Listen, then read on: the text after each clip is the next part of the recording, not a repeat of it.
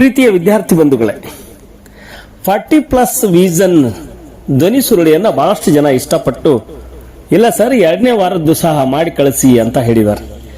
ಅದಕ್ಕೆ ವಿದ್ಯಾರ್ಥಿಗಳೇ ಅದನ್ನ ನಾವು ಮೊಬೈಲ್ ಮೂಲಕ ಪುನಃ ಕೇಳಿ ಅದನ್ನ ಕಂಠಸ್ಥ ಮಾಡಿಕೊಳ್ಳಕ್ಕೆ ಅಥವಾ ನೆನಪಿನಲ್ಲಿ ಉಳಿಸೋದಕ್ಕೆ ಸಾಧ್ಯ ಆಗ್ತದೆ ಅಂತ ಹೇಳ್ತಾನೆ. ಈಗ 2ನೇ ವಾರದ ಪ್ರಶ್ನೆ, ಪಾಠ ಮೈಸೂರಿನ ಒಡೆಯರು ಹಾಗೂ ಕರ್ನಾಟಕದಲ್ಲಿ ಬ್ರಿಟಿಷ್ ಆಳ್ವಿಕೆ ಪ್ರತಿರೋಧಗಳು. 1 ಅಂಕದ ಪ್ರಶ್ನೆಗಳು. ಮೊದಲೇ ಪ್ರಶ್ನೆ, ಮೈಸೂರಿನ ರಾಜ್ಯಗೀತೆ ಕಾಯೋಶ್ರೀ ಗೌರಿ ರಚಿಸಿದವರು ಯಾರು? ಹೌದು, ನೀವು ಹೇಳೋ ಉತ್ತರ ಸರಿ, ಬಸಪ್ಪ ಶಾಸ್ತ್ರಿ ಅಂತ. ಹಾಗಿದ್ರೆ 2ನೇ ಪ್ರಶ್ನೆ, 1ನೇ ಆಂಗ್ಲೋ ಮೈಸೂರು ಯುದ್ಧ ಯಾವ ಒಪ್ಪಂದದಿಂದ ಕೊನೆಗೊಂಡಿತು? ಯಾವ ಒಪ್ಪಂದ? ಮದ್ರಾಸು ಒಪ್ಪಂದ. ಮೊದಲ ಆಂಗ್ಲ ಮೈಸೂರು ಯುದ್ಧ ಮೊದಲ ಮದ್ರಾಸ್ ಒಪ್ಪಂದ ಅಂತನೂ ನೆನ್ಪಿಟ್ಕೋಬಹುದು. 3ನೇ ಪ್ರಶ್ನೆ ಏನಂದ್ರೆ, ರಾಣಿ ಚೆನ್ನಮ್ಮನನ್ನ ಬೈಲಹೊಂಗಲದಿಂದ ಕುಸುಗಲ್ಲಿಗೆ ಸ್ಥಳಾಂತರಿಸಲು ಕಾರಣವೇನು? ಉತ್ತರ, ಬ್ರಿಟಿಷರು ರಾಯಣ್ಣನು ರಾಣಿ ಚೆನ್ನಮ್ಮನ ಕುಮ್ಮಕ್ಕಿನಿಂದ ಸೈನಿಕ ಕಾರ್ಯಾಚರಣೆ ನಡೆಸುತ್ತಿದ್ದಾನೆ ಎಂದು ಭಾವಿಸಿದ್ದರು. ಅನುಮಾನ ಪಟ್ಟರು. ಏನಂದ್ರ ರಾಯಣ್ಣ ಹೊರಗದನಂದ್ರ ಇಲ್ಲಿ ಚೆನ್ನಮ್ಮಳಲ್ಲ, ಚೆನ್ನಮ್ಮನ ಕುಮ್ಮಕ್ಕಿನಿಂದನೇ ರಾಯಣ್ಣ ಎಲ್ಲ ಈ ರೀತಿ ಕ್ರಾಂತಿಗೆ ತಯಾರಾಗ್ಯಾನ ಅಂತ ತಿಳ್ಕೊಂಡು ಚೆನ್ನಮ್ಮನನ್ನ ಬೈಲು ಹೊಂಗಲದಿಂದ ಕುಸುಗಲ್ಲಿಗೆ ಸ್ಥಳಾಂತರ ಮಾಡ್ತಾರ. 4ನೇ ಪ್ರಶ್ನೆ, 2ನೇ ಆಂಗ್ಲೋ ಮೈಸೂರು ಯುದ್ಧ ಯಾವ ಒಪ್ಪಂದದೊಂದಿಗೆ ಕೊನೆಗೊಂಡಿತು? ಯಾವ ಒಪ್ಪಂದ?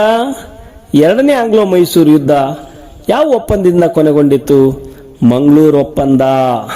ವಿದ್ಯಾರ್ಥಿಗಳೇ, ಈ ರೀತಿ ಆಂಗ್ಲೋ ಮೈಸೂರು ಯುದ್ಧಗಳನ್ನ ನೆನಪಿಡೋದಕ್ಕೆ 4 ಆಂಗ್ಲೋ ಮೈಸೂರು ಯುದ್ಧಗಳನ್ನ ನೆನಪಿನಲ್ಲಿ ಇಟ್ಕೊಳ್ಳಕ್ಕೆ ಒಂದು ಸೂತ್ರ ಮಾಡಿದ್ದೀನಿ. ಏನು ಅಂದ್ರೆ, ಮಧುಮಗ ಶ್ರೀರಂಗನ ಮರಣ ಅಂತ. ಮಧು ಅಂದ್ರೆ 1ನೇದ್ದು ಮದ್ರಾಸ್ ಒಪ್ಪಂದ, ಮಗ ಅಂದ್ರೆ 2ನೇದ್ದು ಮಂಗಳೂರು ಒಪ್ಪಂದ, ಶ್ರೀರಂಗ ಅಂದ್ರೆ 3ನೇ ಆಂಗ್ಲೋ ಮೈಸೂರು ಯುದ್ಧದ ಒಪ್ಪಂದ ಶ್ರೀರಂಗಪಟ್ಟಣ ಒಪ್ಪಂದ, ಮರಣ ಅಂದ್ರೆ 4ನೇ ಆಂಗ್ಲೋ ಮೈಸೂರು ಯುದ್ಧ ಟಿಪ್ಪುವಿನ ಮರಣ. ಸೂತ್ರ ನೆನ್ಪಿಟ್ಕೊಳಕ್ ಸಾಧ್ಯನಾ? ಏನ್ ಸರಳ, ಮಧುಮಗ ಅಂತೂ ಗೊತ್ತೇ ಎಲ್ರಿಗೆ. ಮಧುಮಗ ಶ್ರೀರಂಗನ ಮರಣ.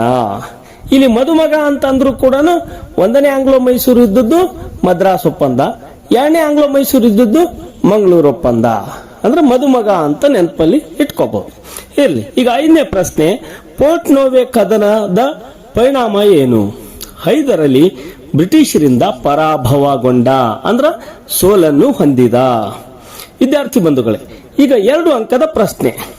ನೀವು ಓದಿದ್ದೀರಿ, ಈಗಾಗಲೇ ನೆನಪು ಮಾಡ್ಕೊಂತ ಇದ್ದೀರಿ.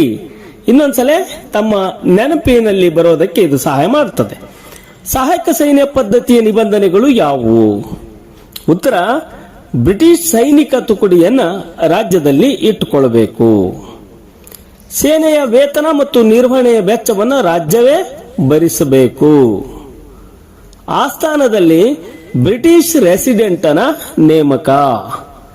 ಬ್ರಿಟಿಷರ ಅನುಮತಿ ಇಲ್ಲದೆ ಇತರ ಯುರೋಪಿಯನ್ನರನ್ನ ನೇಮಿಸಿಕೊಳ್ಳುವಂತಿಲ್ಲ. ಯುದ್ಧ ಮತ್ತು ಸಂಧಾನಕ್ಕೆ ಗವರ್ನರ್ ಜನರಲ್ನಲ್ಲಿ ಸಮ್ಮತಿ ಅಂದ್ರೆ ಅನುಮತಿಯನ್ನ ಪಡಿಬೇಕು. ರಾಜ್ಯಕ್ಕೆ ಆಂತರಿಕ ಮತ್ತು ಬಾಹ್ಯ ರಕ್ಷಣೆಯನ್ನ ಈ ಒಂದು ಸೈನಿಕ ತುಕಡಿ ಒದಗಿಸುವುದು. ಇಷ್ಟು ಅಂಶಗಳು ಸಹಾಯಕ ಸೈನ್ಯ ಪದ್ಧತಿಯ ನಿಬಂಧನೆಗಳು ಅಂತ ನಾವು ಓದ್ತೀವಿ. ವಿದ್ಯಾರ್ಥಿ ಬಂಧುಗಳೇ, ಈಗ ಏನು ಗಮನಿಸ್ತಾ ಇದ್ದೀವಿ ಅಂದ್ರೆ, ಪ್ಲಾಸಿ ಕದನಕ್ಕೆ ಕಾರಣಗಳು ಮತ್ತು ಪರಿಣಾಮಗಳು ಅಂತ 3 ಅಂಕದ ಪ್ರಶ್ನೆ. ಕಾರಣಗಳಲ್ಲಿ ಮೊದಲೇ ಅಂಶ ಏನಂದ್ರೆ, ದಸ್ತಕಗಳ ದುರುಪಯೋಗ. ಯಾವುದು? ದಸ್ತಕಗಳ ದುರುಪಯೋಗ. 2ನೇ ಅಂಶ ಏನಂದ್ರೆ, ಕಲ್ಕತ್ತಾ ಸುತ್ತ ಕೋಟೆಯ ದುರಸ್ತಿ ಮಾಡಿರುವುದು. 3ನೇ ಅಂಶ, ಕಪ್ಪು ಕೋಣೆಯ ದುರಂತ. ಪರಿಣಾಮಗಳು, ಪ್ಲಾಸಿ ಕದನದ ಪರಿಣಾಮಗಳು. 1ನೇದ್ದು, ಭಾರತೀಯರಲ್ಲಿದ್ದ ಅನೈಕ್ಯತೆ ಅಸಂಘಟನೆ ಪ್ರದರ್ಶನ. 2ನೇ ಅಂಶ, ವ್ಯಾಪಾರಿ ವರ್ಗದ ಲೋಭಿತನ ಪ್ರದರ್ಶನ. 3ನೇ ಅಂಶ, ಮೀರ್ ಜಾಫರ್ ಬಂಗಾಳದ ನವಾಬನಾದ. 4ನೇ ಅಂಶ, ಕಂಪನಿ ಬಂಗಾಳ ಪ್ರಾಂತದಲ್ಲಿ ವ್ಯಾಪಾರದ ಅನಿರ್ಬಂಧಿತ ಹಕ್ಕು ಪಡೆಯಿತು. 5ನೇ ಅಂಶ, ಕಂಪನಿಗೆ 17 ಕೋಟಿ 70 ಲಕ್ಷ ಯುದ್ಧ ಪರಿಹಾರವನ್ನ ಒದಗಿಸಬೇಕಾಯಿತು. ಇಷ್ಟು ಅಂಶಗಳು ಪ್ಲಾಸಿ ಕದನದ ಕಾರಣ ಮತ್ತು ಪರಿಣಾಮಗಳು. ವಿದ್ಯಾರ್ಥಿ ಬಂಧುಗಳೇ, ಈಗ 4 ಅಂಕದ ಪ್ರಶ್ನೆ. 2ನೇ ವಾರದಲ್ಲಿ ಸ್ವಾತಂತ್ರ್ಯ ಹೋರಾಟದಲ್ಲಿ ದೋಂಡಿಯ ವಾಘನ ಪಾತ್ರ ಏನು? ಇಲ್ಲಿ ಉತ್ತರ, ಹೈದರನ ಸೈನ್ಯದಲ್ಲಿ ಅಶ್ವರೋಹಿಯಾಗಿ ಸೇರಿದ. ಅಶ್ವರೋಹಿ ಅಂದ್ರೆ ಕುದುರೆ ಸೈನಿಕನಾಗಿದ್ದ. ಅತೃಪ್ತ ಸೈನಿಕರ ಸಂಘಟನೆ, ಶಿವಮೊಗ್ಗ ಮತ್ತು ಬೀದನೂರು ಕೋಟೆ ವಶ, ವೆಲ್ಲಸ್ಲಿಯಿಂದ ದಂಗೆ ಹತ್ತಿಕ್ಕಲು ಪ್ರಯತ್ನ, ಪಾಳೆಗಾರರಿಂದ ದೊಂಡಿಯಾನಿಗೆ ಪ್ರೋತ್ಸಾಹ, ಫ್ರೆಂಚರಿಂದ ದೊಂಡಿಯಾಗೆ ಸಹಾಯ ಹಸ್ತ, ಶಿಕಾರಿಪುರ ಕೋಟೆ ಪುನಃ ಗೆದ್ದುಕೊಂಡ, ಯಾಪಲ ಪೆರವಿ ಎಂಬಲ್ಲಿ ಕಾರ್ಯಾಚರಣೆ ನಡೆಸಿ ಕೋನ್ಗಲ್ನಲ್ಲಿ ದೊಂಡಿಯಾನ ಹತ್ಯವಾಯಿತು. ಇಷ್ಟು 4 ಅಂಕಕ್ಕೆ ನಾವು ಬರಿಬೇಕಾದದ್ದು. ವಿದ್ಯಾರ್ಥಿಗಳೇ, ಈಗ ನಕಾಶೆಯ ಪ್ರಶ್ನೆ. ಅಲ್ಲಿ ಪಾಕ್ ಜಲಸಂಧಿ. ಪಾಕ್ ಜಲಸಂಧಿ ಅಂದ ತಕ್ಷಣನೇ ಪಾಕಿಸ್ತಾನ ಜಮ್ಮು ಕಾಶ್ಮೀರ ಕಡೆ ಹೋಗೋದಲ್ಲ, ಪೂರ್ಣ ಕೆಳಗೆ ಶ್ರೀಲಂಕಾದ ಮೇಲ್ಭಾಗ, ಭಾರತದ ಭೂಷಣ ಕೆಳಗ ಅಲ್ಲೇನಿದೆಯಲ್ಲ, ಎರಡರ ಮಧ್ಯದಲ್ಲಿ ಆ ಗ್ಯಾಪ್ ಇದೆಯಲ್ಲ, ಅದೇ ಪಾಕ್ ಜಲಸಂಧಿ. ಪಾಕ್ ಜಲಸಂಧಿಯ ಮೇಲ್ಭಾಗಕ್ಕೆ ಮುಂದಕ್ಕೆ ಬಂದ್ರೆ ಅಲ್ಲಿ ನಾವು ಕೋರಮಂಡಲ ತೀರವನ್ನ ಹಾಕ್ತೀವಿ. ಮಲಬಾರ್ ತೀರ ಎಲ್ಲಿ ಬರ್ತದೆ ಅಂದ್ರೆ ಕೇರಳ ಭಾಗದಲ್ಲಿ, ಅಂದ್ರೆ ಕರ್ನಾಟಕದ ದಕ್ಷಿಣಕ್ಕೆ ಕೇರಳಕ್ಕೆ ಹತ್ತಿಕೊಂಡಿರುವ ಭಾಗದಲ್ಲಿ ಅದು ಮಲಬಾರ್ ತೀರ.